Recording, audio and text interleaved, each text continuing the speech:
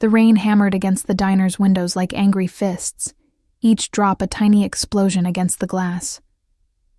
I could smell the coffee burning on the hot plate. Acrid, bitter, the kind of smell that clung to your uniform and followed you home.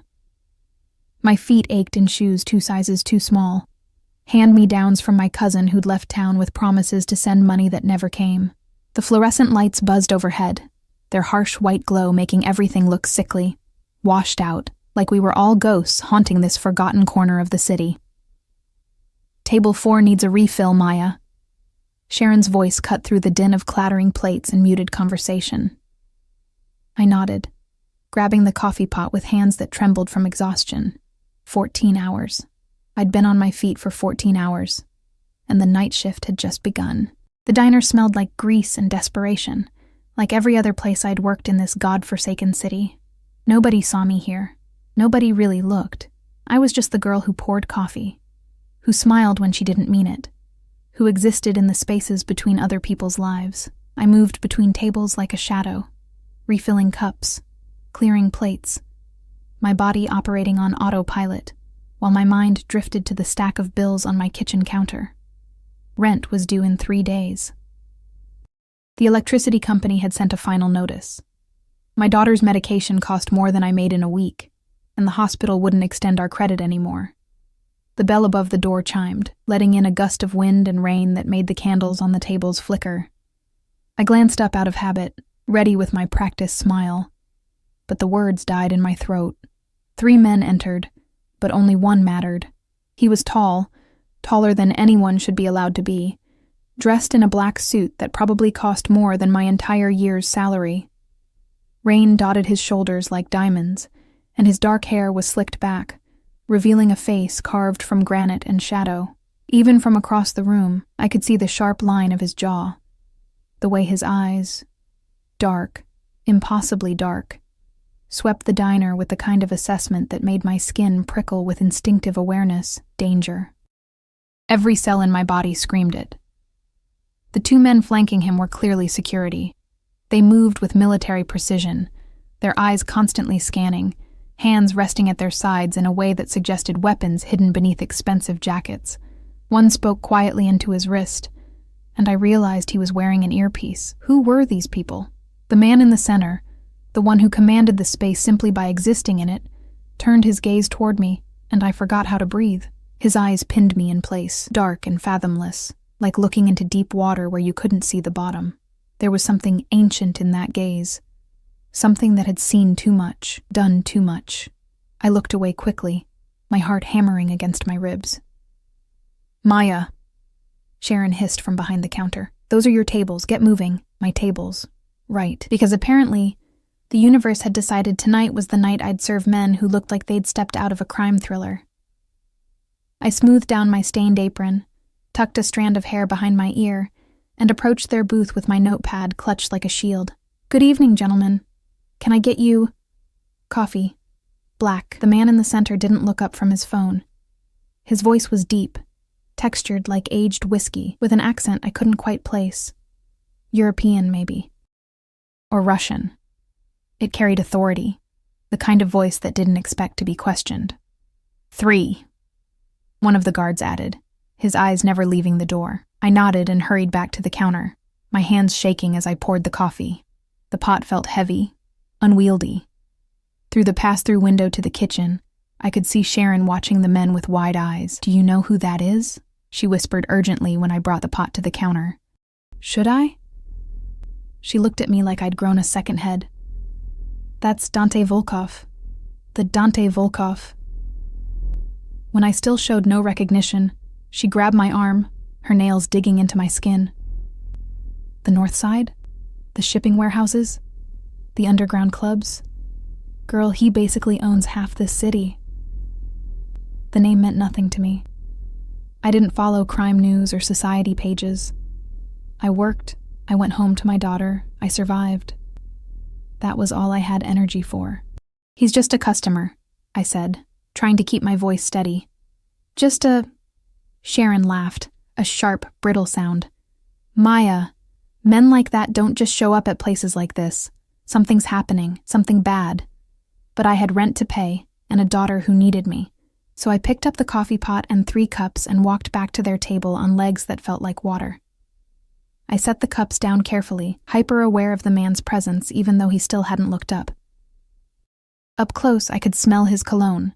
Expensive, subtle, something with notes of cedar and smoke. It mixed with the scent of rain on his clothes, creating an intoxicating combination that made my head spin. Will there be anything else? My voice came out smaller than I intended. No. Curt. Dismissive. I turned to leave, relief flooding through me, when one of the guards spoke. Boss, we should— The words were cut off by a commotion outside. Through the rain-streaked windows, I could see headlights, too many of them, and the sound of car doors slamming, shouting. Then the unmistakable crack of gunfire. The diner erupted into chaos. Customers screamed, diving under tables. Sharon disappeared behind the counter. The 2 guards immediately moved, flanking Dante Volkov, their hands going to their jackets. But the man himself remained perfectly still, his expression unchanging except for the slight tightening around his eyes. More gunfire. Closer now. The front window exploded in a shower of glass. One of the guards grabbed my arm, pulling me down just as bullets tore through the space where I'd been standing. I hit the floor hard, my knees cracking against the tile. Pain shot up my legs, but it was distant, muffled by the ringing in my ears and the thundering of my heart. "Get down!" the guard shouted, but I was already pressed flat against the floor, my face inches from broken glass and spilled coffee. Through the chaos, through the screaming and the gunfire and the smell of gunpowder mixing with burnt coffee, I saw him. Dante Volkov had moved with impossible speed, drawing a weapon I hadn't seen him carrying. He was at the window, returning fire with the calm precision of someone who'd done this 1,000 times before. This wasn't real. This couldn't be real, but the glass cutting into my palms was real. The blood on my uniform was real. The terror clawing up my throat was devastatingly, horrifyingly real. The gunfire stopped as suddenly as it had started. In the ringing silence that followed, I heard car engines roaring away, tires squealing on wet pavement. Then nothing but the rain and the sound of my own ragged breathing. "Clear," one of the guards said into his wrist. Dante Volkov lowered his weapon, his movements controlled, economical. His eyes swept the diner, cataloging damage, assessing threats. When his gaze landed on me, still pressed to the floor, trembling, probably looking like a terrified animal, something flickered across his face. Not quite concern, but something close to it. "You," he said, gesturing toward me with 2 fingers. "Come here." Every instinct screamed at me to run, to hide, to become invisible the way I'd learned to do so well, but my body betrayed me, responding to the command in his voice before my brain could catch up. I pushed myself up on shaking arms, ignoring the glass embedded in my palms, and stood. The diner looked like a war zone, shattered glass everywhere, bullet holes in the walls, customers huddled under tables, some crying, some frozen in shock, and in the middle of it all stood Dante Volkov, not a hair out of place, looking at me with those fathomless dark eyes. "What's your name?" he asked. "Maya." I hated how my voice shook. "Maya." He said it slowly, like he was tasting it. "You're bleeding." I looked down at my hands. Blood dripped from my palms where glass had cut into the skin. I hadn't even felt it. "I'm okay." "Marco." He didn't raise his voice, but one of the guards immediately stepped forward. "Get the car. We're leaving." "Sir, the police. We'll be here in 4 minutes." He checked his watch, a flash of gold against his wrist, which gives us 3.5 minutes to be gone. The guard, Marco, nodded and spoke rapidly into his wrist. Through the broken window, I could see a black SUV pulling up, its windows so darkly tinted they looked like pools of oil. Dante Volkov took a step toward me, and I instinctively stepped back. The corner of his mouth twitched, almost like he found my fear amusing. "You saw something tonight. It wasn't a question." "I didn't see anything," I said quickly. Too quickly. "I don't know anything. I'm nobody. I won't say anything, I swear." "Relax." The word was soft, but carried the weight of absolute command. "I'm not going to hurt you, but you're coming with me." My blood turned to ice. "What? No, I can't. I have a daughter." which is exactly why you're coming with me." His eyes never left mine. "Those men weren't shooting at the diner, Maya. They were shooting at me. And you were in the way, which means they saw you, which means you're not safe here. But I didn't do anything. Doesn't matter what you did." He was already moving toward the door, his guards flanking him. "Matters what they think you saw. What you might tell the police." Sirens wailed in the distance, growing closer. "Sir, we need to move," Marco said urgently. Dante Volkov paused at the door, rain streaming in through the broken frame. He turned back to look at me, and in his eyes, I saw something that terrified me more than the guns, more than the blood, more than everything that had just happened. Inevitability. "You can come willingly," he said quietly, "or Marco can carry you. Either way, you're leaving with us. Choose." The sirens were getting louder. Red and blue lights painted the walls. I thought of my daughter, safe with my neighbor 3 blocks away. I thought of the bills on my counter, the medication running low, the life I'd barely been holding together with spit and prayers. I thought of how invisible I'd been just 20 minutes ago, just another tired waitress in a forgotten diner. And I thought of the blood on my hands, and the bodies that might follow if I stayed. I took a step toward the door, then another. Dante Volkov's expression didn't change, but something in his posture relaxed, just slightly. Smart girl. The rain hit me like a physical blow as I stepped outside. Marco opened the door of the SUV, and I climbed in, my wet uniform clinging to my skin, my hands still bleeding, my entire world narrowing to this moment, this choice, this terrible, irrevocable mistake. Dante Volkov slid in beside me, close enough that I could feel the heat radiating from his body. The door closed with a heavy, final thunk. The locks engaged with a click that sounded like a prison cell door closing. The SUV pulled away just as the first police car skidded into the parking lot, and I watched through the tinted windows as the diner, my job, my life, everything I'd known, disappeared into the rainy darkness behind us. The SUV moved through the city like a shark through dark water, silent, predatory, unstoppable. I pressed myself against the door, as far from Dante Volkov as the confined space would allow, my bleeding palms leaving smears on the leather seat. The interior smelled like leather and that cedar smoke cologne, so different from the grease and burnt coffee I'd been breathing for hours that it made my head spin. Nobody spoke. The only sounds were the whisper of tires on wet pavement and the rhythmic thump of the windshield wipers. Through the tinted windows, the city slid past in streaks of neon and shadow. I didn't recognize these streets. We were heading away from the north side, away from everything familiar, into neighborhoods where the buildings grew taller and the lights grew brighter. "Where are you taking me?" My voice sounded strange in the silence, small and fractured. "Somewhere safe." Dante didn't look at me. He was checking his phone, his thumbs moving across the screen with practiced efficiency. In the glow of the display, his face looked carved from stone, all sharp angles and hard edges. "Safe for who?" That made him look up. His eyes found mine in the darkness, and I saw amusement flicker there, cold and brief as lightning. "Does it matter?" "Yes." I wrapped my arms around myself, suddenly aware that I was still in my stained uniform, that I smelled like coffee and fear, that I was bleeding on the seats of a car that probably cost more than everything I owned combined. "I need to get back to my daughter. Your daughter is being collected as we speak." The words hit me like a physical blow. "What? No. You can't." "I can, and I did." His voice remained calm, factual.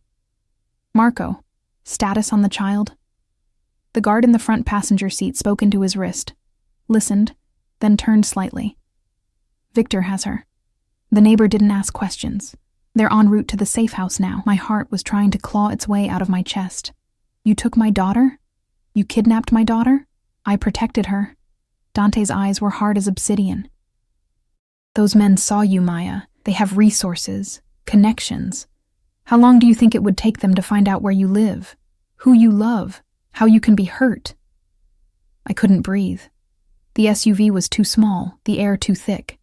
This wasn't happening. This couldn't be happening. 6 hours ago, my biggest worry had been whether I could pick up extra shifts to cover the electric bill. Now I was in a car with a man who'd just had my daughter taken by strangers. "She needs her medication," I said, hating how my voice broke. "She has asthma." The inhaler is in the bathroom cabinet, the blue one, not the red. Victor knows. He has the medication. How could he possibly? Because I told him to get everything. Dante slipped his phone into his jacket pocket. Clothes, medication, anything with sentimental value. Your apartment is being cleared as we speak. The world tilted. Cleared? What does that mean? It means you're not going back there. You can't just, I have a lease. You have a life expectancy of approximately 48 hours if you go back to that apartment. His voice was still calm, matter of fact, like he was discussing the weather. The Kozlov brothers don't leave witnesses. They're not creative, but they're thorough. They'll torture you for information you don't have. Then they'll kill you slowly to make an example. Is that what you want for your daughter? To watch her mother die? I pressed my hands over my mouth, tasting blood and salt. Tears burned behind my eyes, but I wouldn't let them fall. Not here. Not in front of him. The SUV turned onto a private road, and I saw gates ahead. Tall, wrought iron, topped with cameras. They swung open as we approached, closing immediately behind us with a clang that echoed in my bones. The driveway stretched ahead, lined with trees whose branches formed a canopy overhead, blocking out the rain and the city lights. Then the house came into view. House was too small a word for it. Mansion, maybe. Estate. It was 3 stories of stone and glass, lit from within like a beacon. Manicured lawns stretched in every direction, dotted with sculptures I couldn't identify in the darkness. A fountain dominated the circular drive, water cascading over marble tiers even in the rain. This is where you live? The question escaped before I could stop it. One of the places. Dante was already opening his door before the SUV fully stopped. Come. It wasn't a request. I climbed out on shaking legs, my wet shoes squelching on the pristine pavement. The rain had lessened to a drizzle, but I was already soaked through, shivering despite the warm night air. The front doors opened, and a woman appeared. 50s, gray hair pulled back in a severe bun, wearing a dark dress that screamed, housekeeper. Mr. Volkov, she said with a slight accent, Russian or Ukrainian. The guest room is prepared, and the child, Lily. I started forward, but Marco's hand on my arm stopped me. Let her finish, Dante said quietly. The housekeeper's expression softened slightly when she looked at me. The little girl is upstairs, settled in the nursery. She was frightened but unharmed. Victor gave her the medication and some warm milk. She's sleeping now. The relief nearly buckled my knees. I need to see her. You will. Dante was already moving toward the entrance. But first, you're going to shower, change, and let someone look at your hands. Then we'll talk. I don't want to talk. I want my daughter. He paused at the threshold, turning to look at me with an expression I couldn't read. Your daughter is safe, warm, and sleeping. You are bleeding, soaking wet, and in shock. 10 more minutes won't hurt her, but if you pass out from blood loss or hypothermia, you won't be any good to anyone. Think, Maya. Use your head. I hated that he was right. Hated the reasonable tone, the calm logic, the way he looked at me like I was a problem to be solved rather than a person whose life had just been destroyed. But I followed him inside. The interior of the house was just as overwhelming as the exterior. Marble floors, crystal chandeliers, artwork that probably cost more than my entire apartment building. My wet shoes left tracks on the pristine floor, and I wanted to apologize, to explain, to make myself smaller and less intrusive. The housekeeper, Dante introduced her as Mrs. Petrov, led me up a sweeping staircase to the 2nd floor. The hallway seemed to stretch forever, lined with doors and more artwork, more luxury, more evidence of a world I'd never belonged to. Here, Mrs. Petrov said, opening a door to reveal a bedroom larger than my entire apartment. The bathroom is through there. I've laid out some clothes. They might be a bit large, but they'll do for tonight. I'll send someone to tend to your hands when you're done. She left before I could thank her, closing the door with a soft click. I stood in the middle of the room, dripping on an oriental rug that probably cost more than a year of my salary, and tried to process everything that had happened in the last hour. Failed. My brain couldn't hold it all. The gunfire, the blood, the car, the mansion, my daughter taken by strangers. The shower helped. The water ran pink with blood from my palms, but the heat seeped into my bones, chasing away the cold that had settled there. I used expensive soap that smelled like lavender and honey, washed my hair with shampoo that probably cost more per ounce than I made per hour. The towels were thick and soft, like wrapping myself in clouds. The clothes Mrs. Petrov had left were simple. Soft yoga pants and a cashmere sweater in dove gray. They were too big, hanging off my frame, but they were clean and dry and impossibly soft against my skin. I found bandages in the bathroom cabinet and wrapped my palms as best I could, though blood still seeped through. A knock at the door made me jump. "Come in," I called, expecting Mrs. Petrov. It was Dante Volkov. He'd changed too, still all in black, but more casual now. Dark jeans and a black Henley that clung to his frame in ways that made it impossible not to notice the breadth of his shoulders, the lean strength of his body. His hair was still damp, slicked back from his face, and he carried a first aid kit in one hand. "May I?" He gestured to my hands. "I can do it myself. You're doing it wrong." He was already crossing the room, pulling up a chair, sitting before I could protest. "Give me your hands." Every instinct screamed at me not to. But my hands were throbbing, the bandages already soaked through, and I was so tired, so desperately tired. I held out my hands. His touch was surprisingly gentle as he unwrapped the bandages I'd applied. His fingers were warm, steady, and I found myself watching his face as he worked. The concentration in his eyes, the slight furrow between his brows. Up close, I could see the faint scar along his jaw, another cutting through his left eyebrow, evidence of a life lived in violence. "This one needs stitches," he said, examining a particularly deep cut on my right palm. "I can't afford. I have a doctor on retainer. He'll be here within the hour." He was already cleaning the wounds with antiseptic that burned like fire. I hissed through my teeth, trying not to pull away. "You did well tonight, at the diner. Most people freeze or panic. You stayed calm. I was terrified. I know. But you still moved when I told you to, still got in the car, still made the smart choice." He began wrapping fresh bandages, his movements practiced and efficient. "Why?" "You said my daughter was in danger, and you believed me. Should I have?" His eyes lifted to meet mine, and the intensity in them made my breath catch. "Yes. I don't lie about things that matter. The Kozlov brothers are animals. They would have found you, Maya, would have hurt you in ways you can't imagine. And they would have made sure you stayed alive long enough to regret every second of it. Why?" The question came out as a whisper. "Why did they want to hurt me? I didn't see anything. I don't know anything." "You were there. That's enough." He finished with my left hand and sat back, his eyes still holding mine. "They'll assume I spoke to you, told you something. Shared information.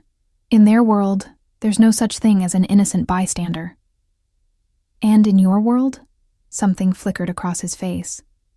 Surprise, maybe, or respect. "In my world, you pay your debts and protect what's yours. You keep your word, even when it costs you.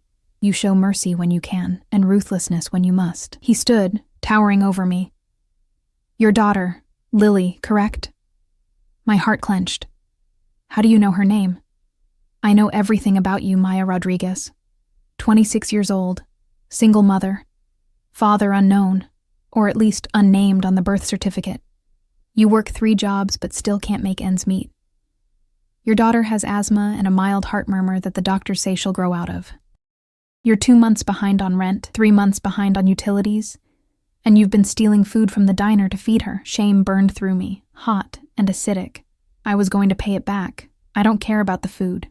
He moved to the window, looking out at the rain-soaked grounds. "I care that you're desperate enough to steal. Desperate people make mistakes. They take risks they shouldn't. They trust people they shouldn't trust. Like getting into cars with dangerous men?" He turned back to me, and for the first time, I saw something that might have been amusement in his eyes. Especially that. A soft knock interrupted whatever he might have said next. Mrs. Petrov entered, carrying a tray with tea and what looked like sandwiches. "The child woke up," she said gently. "She's asking for her mother." I was moving before she finished speaking, pushing past Dante, following Mrs. Petrov down the hallway to a room at the far end. She opened the door, and I saw her. my baby girl, my whole world, sitting up in a bed that dwarfed her small frame, tears streaking her face. "Mama!" I ran to her, pulling her into my arms, breathing in the familiar scent of her strawberry shampoo, mixed with the medicinal smell of her inhaler. She was wearing new pajamas, soft pink cotton covered in stars, and she was warm and safe and whole. "I'm here, baby. I'm here. It's okay." "The man said you were coming," she sobbed into my shoulder. "He said you were safe, but I was scared, Mama. I was so scared." "I know, sweetheart. I know." I held her tighter, feeling her small body shake with sobs. Over her head, I could see Dante standing in the doorway, watching us with an expression I couldn't decipher. "Is this our new house?" Lily pulled back, wiping her eyes. "It's really big. And pretty. The lady gave me cookies and milk. And she said I could have any toy I wanted from the room next door." "We're just visiting," I said carefully, not knowing what else to tell her. "How do you explain to a 6-year-old that you've been essentially kidnapped by a crime lord, that men with guns want to hurt you, that your life as you knew it was over?" "Oh." Her face fell. "I like it here. It smells nice. And it's warm. Our apartment is always cold." The word stabbed through me. I'd failed her. Failed to give her even the basics. Warmth, safety, enough food. And now a stranger had given her more in 2 hours than I'd been able to give her in months. "Why don't you stay with Lily tonight?" Dante said from the doorway. "Get some rest. We'll talk in the morning." "Wait." I looked up at him, this dangerous man who'd upended my entire world. "Why are you doing this? Really? You could have just left me there. Let the police handle it. Why bring me here?" He was quiet for a long moment, his dark eyes unreadable. "Because you remind me of someone," he said finally. "Someone who needed help and didn't get it. Someone who died because I wasn't paying attention." His jaw tightened. "I won't make that mistake twice." He left before I could respond, closing the door softly behind him. I held my daughter as she fell back asleep, her small hand clutching my bandaged one, and stared at the ceiling of this beautiful prison. Outside, the rain continued to fall, washing away the blood from the diner, the evidence of the life I'd lost. And somewhere in this vast house, a dangerous man planned my future without asking my permission. Morning came too soon, and not soon enough. I'd barely slept, listening to Lily's breathing, cataloging every sound in this unfamiliar house. Footsteps in distant hallways, doors opening and closing, the hum of security systems I couldn't see but could feel watching. When pale sunlight finally crept through the heavy curtains, I extracted myself carefully from Lily's embrace and padded to the window. The view took my breath away. Manicured gardens stretched as far as I could see, dotted with fountains and sculptures. Beyond the high walls, I could make out the city skyline in the distance, hazy in the morning light. It was beautiful and terrifying in equal measure, a gilded cage with a $1 million view. A soft knock made me turn. "Mrs." Petrov entered carrying another tray, this one laden with breakfast foods that made my stomach growl despite my anxiety. "Mr. Volkov requests your presence in his study at 9, she said, setting the tray on a table by the window. "The child may stay here with me. I raised 3 daughters. I know how to care for little ones." I started, but she held up a hand. "He is not a patient man, dear, and you will want to hear what he has to say." Her expression softened. "Eat first. You'll need your strength." She left, and I stared at the food. Fresh fruit, pastries, eggs prepared 3 different ways, orange juice in a crystal glass. More food than Lily and I usually had in a week. I forced myself to eat, knowing she was right. Whatever came next, I couldn't face it on an empty stomach. Lily woke as I was finishing, her eyes wide and curious as she took in the room in daylight. "Mama, is this real? Or am I dreaming?" "It's real, baby." I helped her to the table, watched her eyes light up at the food. "But remember, we're just visiting."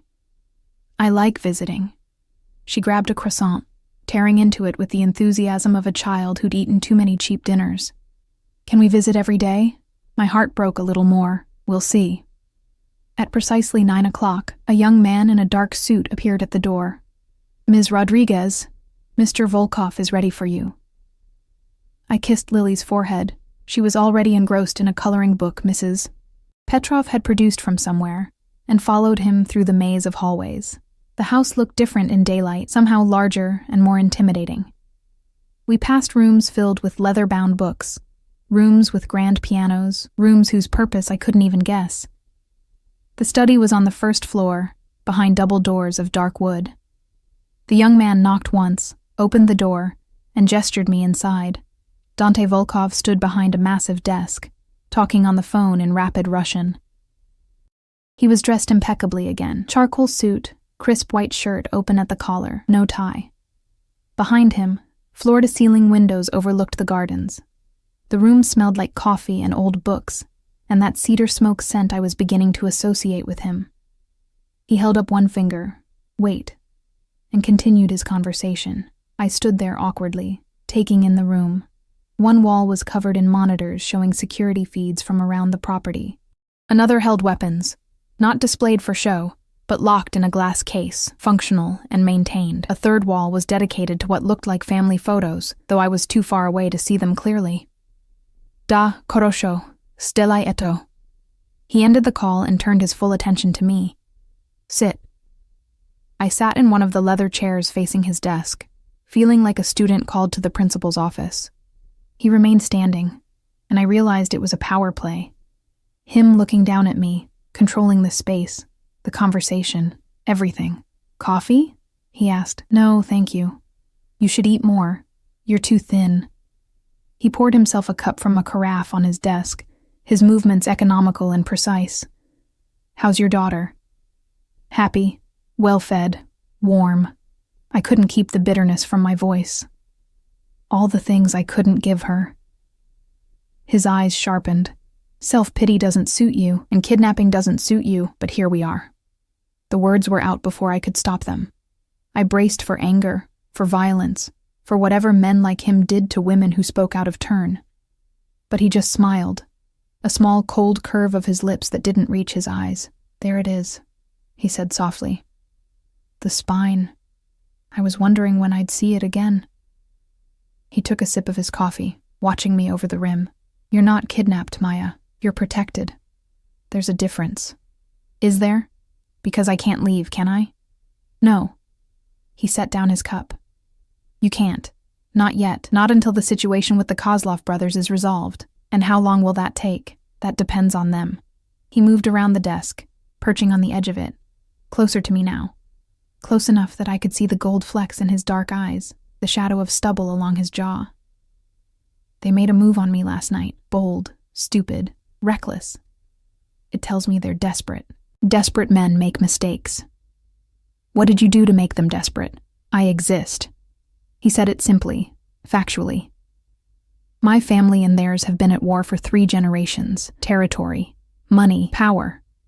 The usual things men kill each other over. Last month, I took something that belonged to them. They want it back." "What did you take?" His smile widened slightly. "Their primary money laundering operation. 6 warehouses, 2 shipping companies, and a very creative accountant who decided he preferred working for someone who wouldn't kill his family if he made a mistake." I stared at him. "You're telling me this why? If I'm not supposed to know anything?" "Because you're already involved, Maya. The moment you got in that car, you became part of this world. And in this world, ignorance doesn't protect you. It gets you killed." He leaned forward, his elbows on his knees, bringing his face level with mine. "I need you to understand what you're dealing with. What they're dealing with.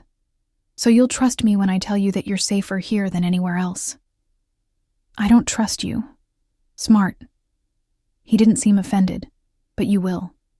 Because I'm the only thing standing between your daughter and the kind of men who use children as leverage." The words sent ice through my veins. "They wouldn't." "They would. They have. They will again if given the chance." His voice was flat, factual, terrifying in its certainty. "The Kozlov brothers don't have my restraint. They believe fear is the best motivator. Pain is the best teacher. and children make excellent message boards. I thought I might be sick. What do you want from me? Nothing you're not willing to give. He stood, moving back behind his desk, putting space between us again. You and Lily will stay here. You'll be safe, fed, cared for. In exchange, you'll do exactly what I tell you, when I tell you. No questions, no arguments, no attempts to leave or contact anyone from your old life. That's it? I'm just a prisoner here? You're a guest. His tone hardened, with restrictions for your own protection. There are worse fates, Maya.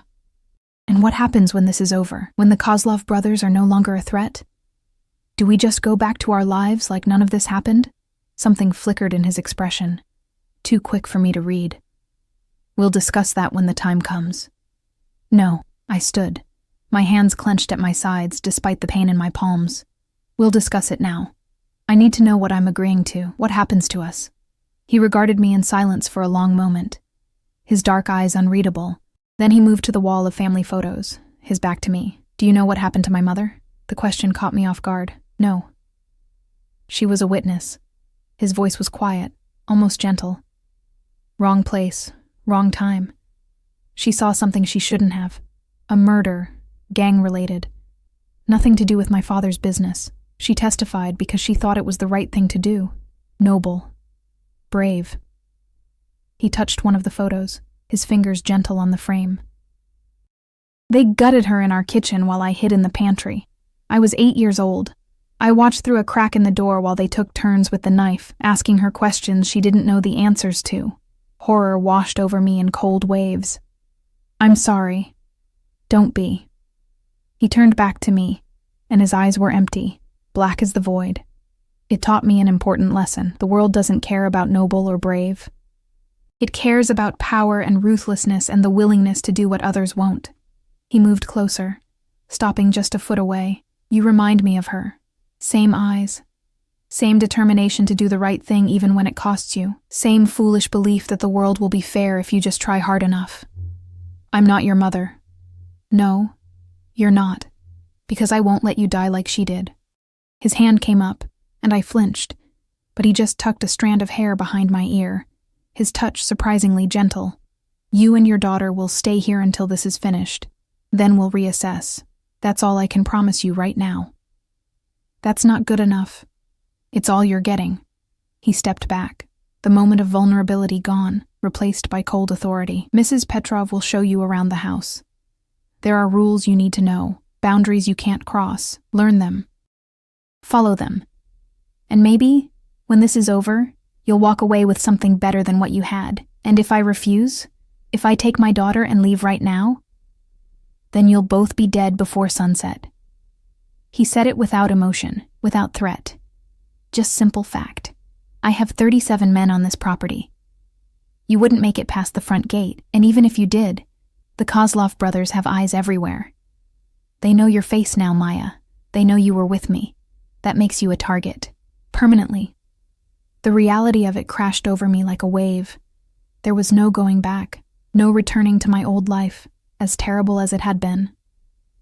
The moment I'd gotten in that SUV, I'd crossed a line I couldn't uncross. I need to see Lily. Of course. His phone buzzed, and he glanced at it, his expression hardening. Go. Spend time with your daughter. Mrs. Petrov will find you for lunch. I was at the door when his voice stopped me. Maya? I turned. For what it's worth, he said quietly, not looking at me, his attention on whatever message he'd received. I am sorry. You didn't ask for this, didn't deserve it. But I will keep you safe. That's a promise I intend to keep. I left without responding, my mind reeling, my heart pounding. The hallways seemed longer now, more maze-like, and I was grateful when Mrs. Petrov appeared as if summoned, guiding me back to Lily's room. My daughter was painting, her small hands covered in bright colors, her face lit with joy I hadn't seen in months. She looked up as I entered, her smile wide and guileless. Mama, look what I made. It's us in a castle. I looked at the painting, crude, childish, perfect. 2 stick figures holding hands in front of a building with too many windows and a garden full of flowers. It's beautiful, baby. Can we really stay here, Mama? Please, I like it here. There's so much food, and my room is warm, and the lady said there's a library with 1,000 books. I knelt beside her, taking her paint-stained hands in my bandaged ones. Would you like that? To stay here for a while? Yes. She threw her arms around my neck. It's like a fairy tale, like we're princesses in a castle. If only she knew how dark this fairy tale really was. The day passed in a blur of tours and rules. Mrs. Petrov showed me the house, 23 rooms, not counting bathrooms and closets. A gym, a pool, a library that did indeed contain thousands of books. A kitchen that looked like something from a cooking show. Gardens with hidden corners and quiet places where you could almost forget you were in a prison. But the reminders were everywhere. Cameras in every room except the bathrooms and bedrooms. Guards at every entrance. Locked doors that required codes I didn't have. And beyond the walls, the city where men with guns searched for the waitress who'd gotten away. That night, after Lily fell asleep clutching a new stuffed bear Mrs. Petrov had given her, I stood at the window of my assigned bedroom. Not the guest room from last night, but a permanent space on the second floor with a view of the gardens. The room was beautiful, all soft grays and whites, with a bed larger than any I'd ever slept in, and a bathroom with a tub deep enough to drown in. I watched the lights of the city in the distance, and wondered if anyone had noticed I was gone. Sharon from the diner would have talked to the police by now. They'd be looking for me, probably thinking I was dead or worse. My landlord would wonder where his rent was. My other jobs would replace me without a second thought. I'd been invisible before, just another struggling single mother in a city full of them. Now I was a ghost, erased from my own life, trapped in luxury I'd never wanted with a man I didn't understand. A knock at the door made me turn. It was late, after midnight, and I couldn't imagine who would be visiting. I opened it to find Dante Volkov standing in the hallway, still dressed despite the hour, looking like he hadn't slept in days. "Get some rest," he said quietly.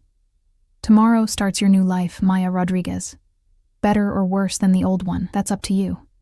He walked away before I could respond, his footsteps silent on the plush carpet, leaving me standing in the doorway of my gilded cage, wondering what fresh hell tomorrow would bring. 3 weeks passed like a fever dream. I fell into a rhythm I never expected. Mornings with Lily in the sunroom where she did lessons with a tutor Dante had hired. Afternoons exploring the vast library or walking the gardens under the watchful eyes of guards who tried and failed to be inconspicuous. Evenings were quiet dinners, sometimes just Lily and me, sometimes with Mrs. Petrov fussing over us like we were her own family. And always, the awareness of him. Dante Volkov moved through the house like a shadow king, appearing and disappearing at odd hours. His presence felt even when he was nowhere to be seen. Sometimes I'd catch glimpses of him through windows, talking intensely with men in dark suits, making phone calls in languages I didn't understand. Standing alone in the garden at dawn with a cigarette and an expression of such profound loneliness it made my chest ache. He rarely spoke to me directly, a nod in passing, brief questions about whether we had everything we needed. Once, he'd stopped Lily in the hallway to admire a picture she'd drawn, and I'd watched from around the corner as he knelt to her level, his voice gentle in a way I'd never heard it, asking her about the colors she'd chosen, the story behind the image. The transformation had been startling. This man who commanded empires and ordered deaths with a phone call, crouching in a hallway to seriously discuss a 6-year-old's crayon drawing. When he stood and saw me watching, something unreadable crossed his face before he masked it. Nodding once and walking away, I was starting to understand why Mrs. Petrov looked at him with such fierce loyalty, why his men would die for him. Several had, judging by conversations I'd overheard. There was something magnetic about him, something that drew people in, even as his danger pushed them away. It terrified me how quickly I was becoming accustomed to this life. How easily Lily had adapted, how her nightmares had faded, replaced by dreams of the garden and the library, and the warm meals that appeared like magic 3 times a day. She was gaining weight, the hollow look leaving her cheeks. Her asthma attacks had decreased. The stress of our old life had been making it worse, the doctor explained when he came to check on her. Everything about this place was better than what we'd had, except for the fact that we were prisoners. The reminder came on a Tuesday afternoon. I'd been reading in the library, a first edition of Jane Eyre that I held like it might shatter, when raised voices drew me to the window. Below, in the circular drive, I saw Dante facing off against two men I didn't recognize. Even from this distance, I could see the tension in his shoulders, the way his hand rested casually near his jacket, where I knew he kept a gun. One of the men grabbed his arm, and suddenly there were guards everywhere, weapons drawn, the peaceful afternoon shattering into something sharp and dangerous. I couldn't hear the words, but I could see Dante's face, cold, merciless, terrifying. He said something that made the man who'd grabbed him go white, then step back with his hands raised. The men left. The guards dispersed, and Dante stood alone in the drive, his hands clenched into fists, his head bowed, looking like a man carrying the weight of 1,000 sins. That night, he appeared at dinner for the first time in a week. "May I join you?" he asked, standing at the entrance to the dining room where Lily and I were eating. "It's your house," I said, keeping my voice neutral. He sat across from Lily, and her face lit up. "Mr. Dante, look, I lost a tooth." She showed him the gap in her smile with pride. "Did the tooth fairy come?" he asked seriously. "Not yet. Mama said she might not know where to find me here. Then I'll make sure she gets the message." He pulled a gold coin from his pocket. I had no idea what it was worth, but it gleamed like captured sunlight. "Consider this an advance payment." Lily's eyes went wide. "Really? For me? Really?" He placed it in her small palm, his large hand gentle. "But you have to promise to use it wisely." "I promise." She clutched the coin like treasure, beaming at him with uncomplicated joy. Mrs. Petrov served the meal, some kind of roasted chicken with vegetables I couldn't name but that tasted like heaven, and we ate in surprising comfort. Dante asked Lily about her day, her lessons, her favorite books. He listened with genuine attention as she chattered about the garden and the cat she'd found and named Snowball, despite it being entirely black. "Can we keep him, Mama? Please?" "Mister." Dante said it's okay. I looked at Dante, who had the grace to look slightly apologetic. The cat was already living on the property. Feral, but friendly enough. I thought, she needs something of her own, I finished quietly. Something that's hers to love. Our eyes met across the table, and something passed between us, understanding, maybe, or recognition. He knew what it was like to be powerless, to have everything controlled by forces you couldn't fight. The coin, the cat, the kindness to my daughter. These were small freedoms in a prison of silk and gold. After dinner, after Lily was in bed with Snowball purring beside her, I found Dante in his study. The door was open, and he was standing at the window again, a glass of amber liquid in his hand. "Thank you," I said from the doorway, "for being kind to her. You didn't have to be. She's a child. Of course I did." He didn't turn around. Children shouldn't pay for their parents' mistakes. Or their parents' bad luck. Is that what this is? Bad luck? You tell me. He finally turned, and in the lamplight he looked exhausted. There were shadows under his eyes, tension in every line of his body. "If you hadn't been working that night, if you'd called in sick, if you'd been assigned different tables, would that be luck? Or fate?" "I don't believe in fate, neither did I, until I saw you standing in that diner, looking exactly like someone who'd been dead for 30 years. He took a drink, grimacing slightly. "My mother. You have her eyes, her stubborn chin, the same way of standing like you're bracing against a wind nobody else can feel. I'm not her. I know." He set down his glass with more force than necessary, but for a moment, when those bullets started flying, all I could see was her. And I thought, not again. Not while I can prevent it. "So this is about your guilt, about saving someone you couldn't save before." "Maybe." He moved closer, and I could smell the whiskey on his breath, the cedar smoke of his cologne. Or maybe I'm just tired of watching innocent people get ground up in wars they didn't start. Maybe I wanted to do something good for once instead of just surviving. You think keeping us prisoner is good? I think keeping you alive is good. His voice dropped, intimate and dangerous. And I think you know, deep down, that you're not really a prisoner here. The door isn't locked, Maya. You could try to leave any time. Your men would stop me, would they? He was close now, close enough that I had to tilt my head back to meet his eyes. Try it. Right now. Walk past me, out that door, down the driveway. See what happens. My heart was racing, my palms sweating despite the bandages that had finally come off yesterday. Why would you let me go? Because I want you to choose to stay. His hand came up, cupping my jaw with surprising gentleness.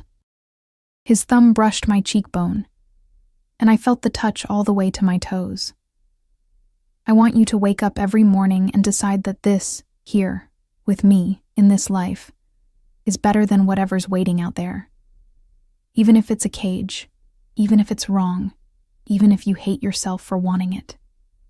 I don't want this, I whispered, but it sounded like a lie even to my own ears. Then leave.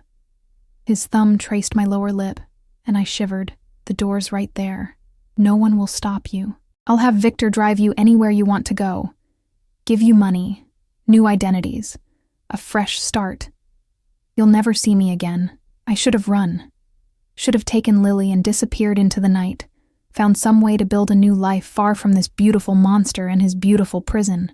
But my feet wouldn't move. My body betrayed me, swaying toward him instead of away, drawn by warmth and safety and the terrible, wonderful feeling of being seen. Why? I asked. Why do you care what I choose? Because... He stopped, his jaw clenching. For a moment I thought he wouldn't answer. Then... Because in 3 weeks you've made this house feel less like a mausoleum and more like a home. Because your daughter laughs in the hallways and brings light to places that have been dark for too long. Because when I see you reading in the library or walking in the garden, I remember that there are still beautiful things in this world worth protecting. His hand fell away, and the loss of contact felt like cold water. And because I'm selfish enough to want to keep you here, even knowing it's wrong, even knowing you deserve better than a man with blood on his hands and enemies at every door. Dante. The sound of his name on my lips seemed to break something in him. He kissed me. It wasn't gentle. It was desperate and claiming and full of a hunger I didn't know how to answer. His hands tangled in my hair, pulling me closer, and I went willingly, my own hands fisting in his shirt, anchoring myself to him as the world tilted. He tasted like whiskey and danger, and something darker I couldn't name. The kiss consumed me, made me forget every reason this was wrong, every logical argument for why I should push him away. When he backed me against the desk, I didn't resist. When his hands found my waist, my hips, pulling me flush against him, I made a sound I didn't recognize, need and surrender all at once.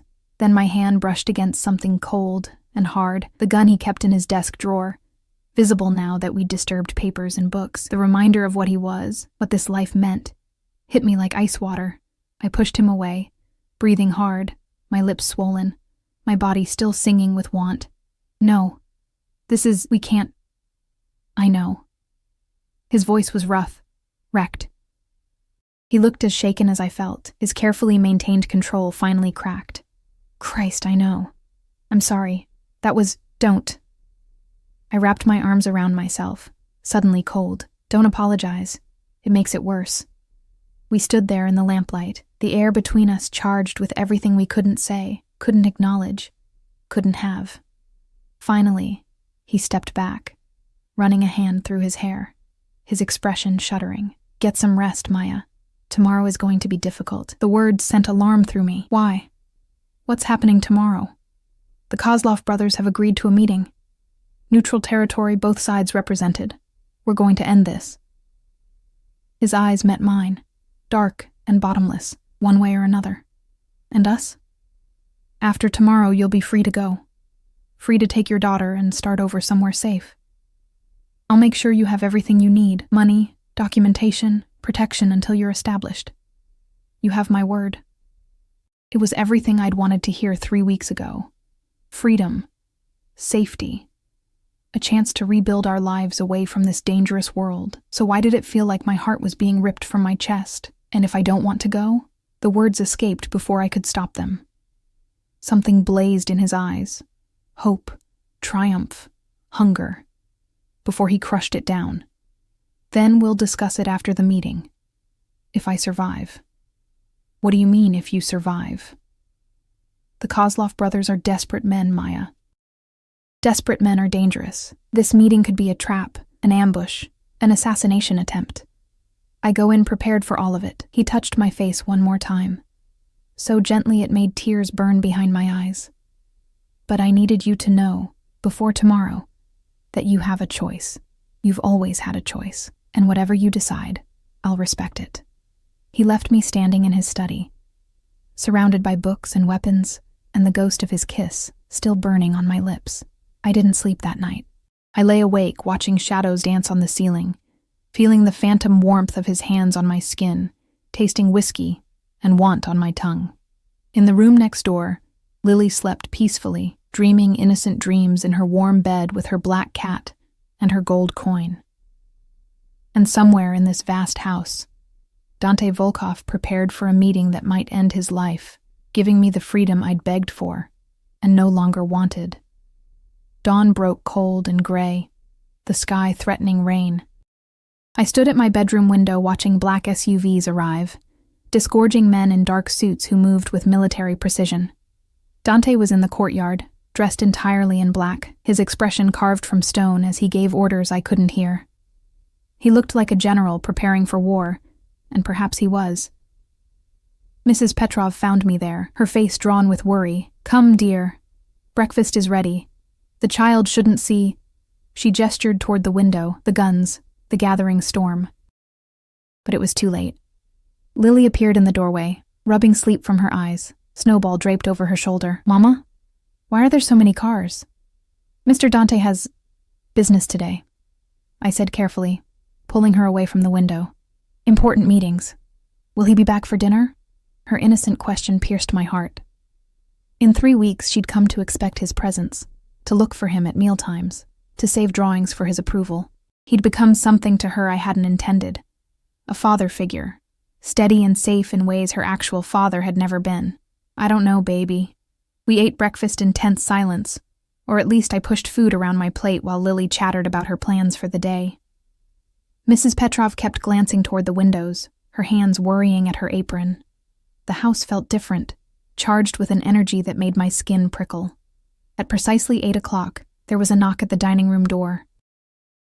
Marco, one of Dante's most trusted guards, stood there looking uncomfortable. "Ms. Rodriguez, Mr. Volkov requests a moment of your time, in private."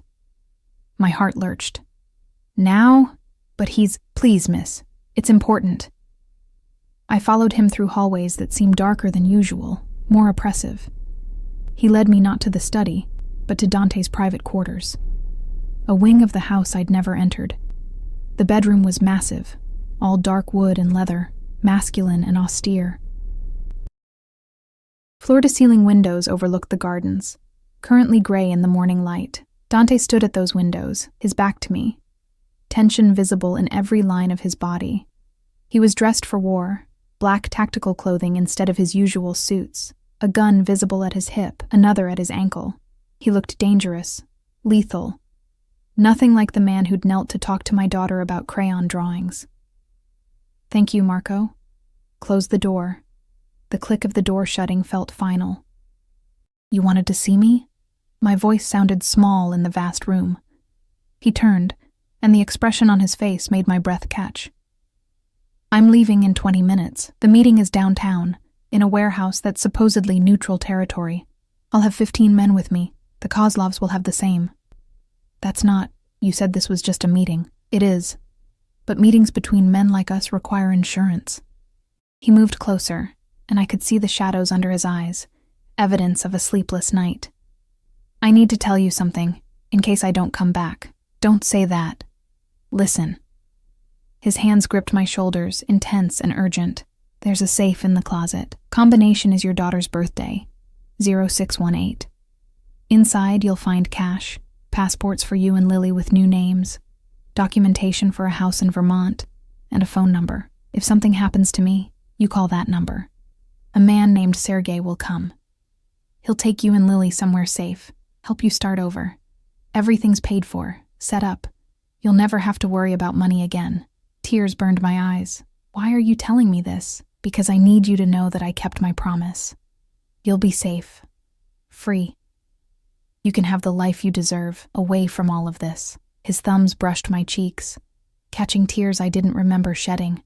And because I need you to know that these 3 weeks, having you here, watching you bring light to this tomb, have been the best of my life. Whatever happens today, that's worth something. Dante, please, don't go. Send someone else. Call it off. There has to be another way. There isn't. He kissed my forehead, gentle and final. This ends today. Either the Kozlovs agree to peace, or we go to war. There's no middle ground anymore. Then let me come with you. He actually laughed, though there was no humor in it. Absolutely not. Why? If it's so dangerous, which is exactly why you're staying here, where you're safe, where nothing can touch you or your daughter. His hands framed my face, forcing me to meet his eyes. I have done terrible things, Maya. Things that keep me awake at night, things I can never take back or atone for. But keeping you safe, that's the one good thing I can do. The one choice I can make that actually means something. You mean something to me, I whispered. You and your stupid noble gestures and your gentle hands with my daughter and the way you look at me like I'm something precious instead of just another broken thing you found in the gutter. His expression cracked, showing the raw want beneath. Maya, I don't want to leave. I don't want the house in Vermont or the new identities or any of it. I want to stay here. With you. I want Lily to keep drawing pictures for you to admire. I want to read in your library and walk in your gardens and wake up every morning knowing that this, you, is real. You don't know what you're saying. The life I lead. The enemies I have. I know exactly what I'm saying. I grabbed his shirt, pulling him closer.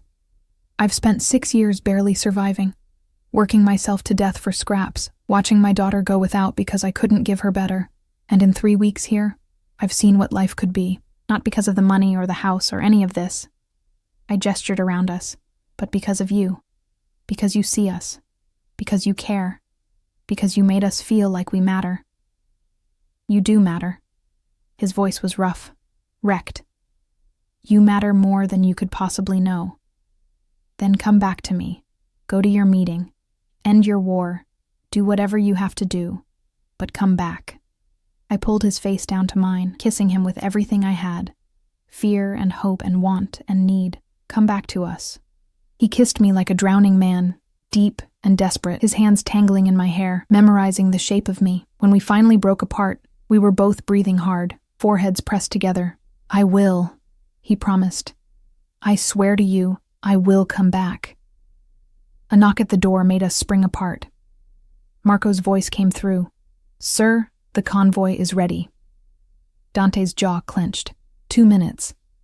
He went to a dresser, pulled out a small box, and pressed it into my hands. If I don't make it back, open this. Not before. Promise me. Dante, promise me, Maya. I promise. He kissed me one more time, quick and hard, then strode to the door without looking back. I stood there clutching the mystery box, watching him disappear down the hallway, possibly walking toward his death, taking my heart with him. The next 6 hours were the longest of my life. I tried to keep busy, to maintain normalcy for Lily's sake. We did lessons. We read stories. We played with Snowball in the garden while guards watched from the shadows, their tension palpable. Mrs. Petrov made lunch that I couldn't eat, her own hands shaking as she served it. The house felt empty without him, like something vital had been removed. Every sound made me jump. Every car on the drive made my heart race. The box he'd given me burned in my pocket. A constant reminder of the promise I'd made, the future that hung in the balance. At 2 o'clock, Mrs. Petrov's phone rang. She answered in rapid Russian, her face going white. She looked at me, and I knew. Something had happened. Tell me, I demanded, my voice steadier than I felt. There was shooting, many injured. They're bringing him back now. The world tilted. Is he alive? Yes, but hurt. The doctor is coming. She gripped my hand. You should prepare yourself, dear. It's bad.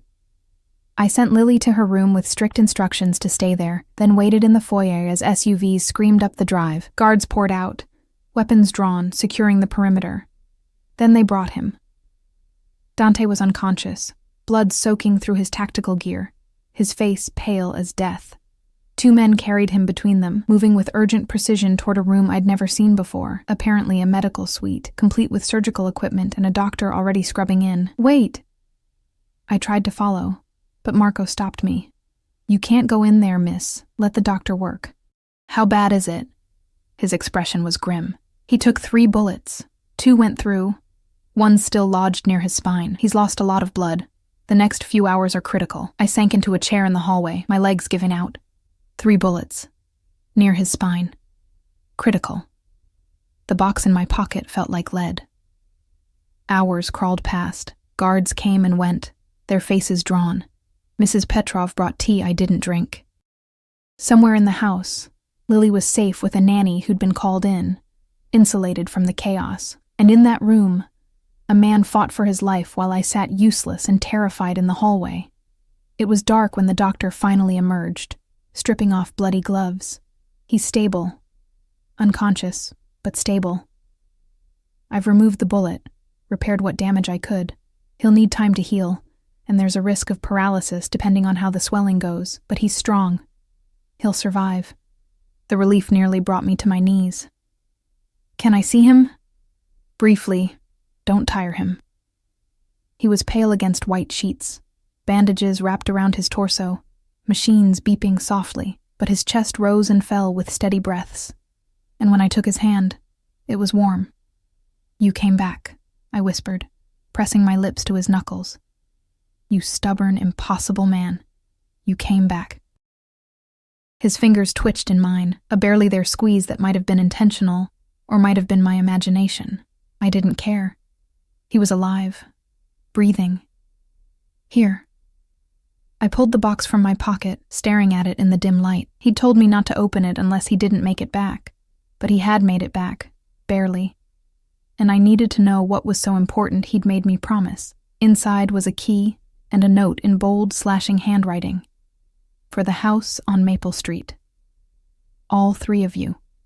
Always. I didn't understand at first. Then I pulled out a second piece of paper.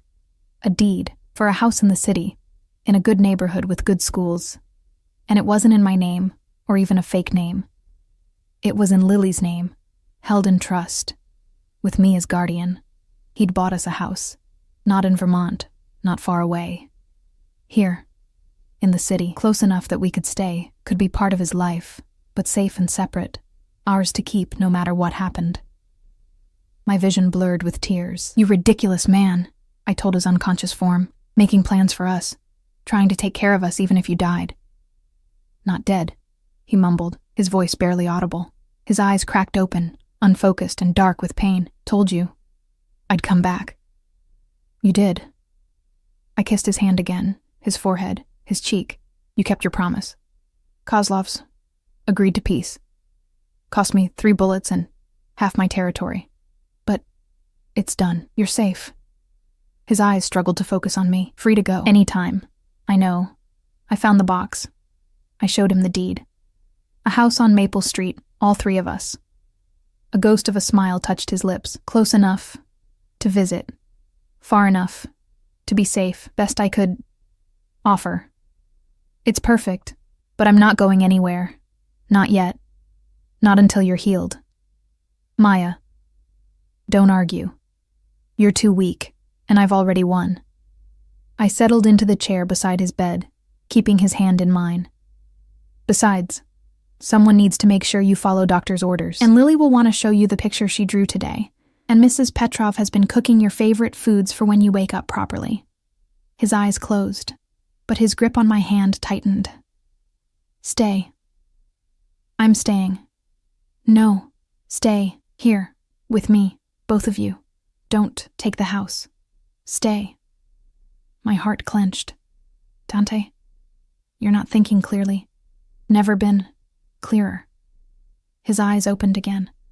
pinning me with that intense gaze even weakened by pain and drugs. These 3 weeks, best of my life. Can't go back. To empty house. Need you. Need her. Need the light you bring. You're asking me to stay in your world, with all its danger, all its violence. Asking you to stay with me. The world comes with it. But I'll protect you, always. Swear it. I thought of the diner, the endless shifts, the constant fear of not having enough. I thought of Lily's hollow cheeks and her asthma attacks triggered by stress. I thought of being invisible, insignificant, just another casualty of a system that didn't care. And I thought of the past 3 weeks. Lily's laughter echoing through marble halls, warm meals and warm beds, safety, security, stability.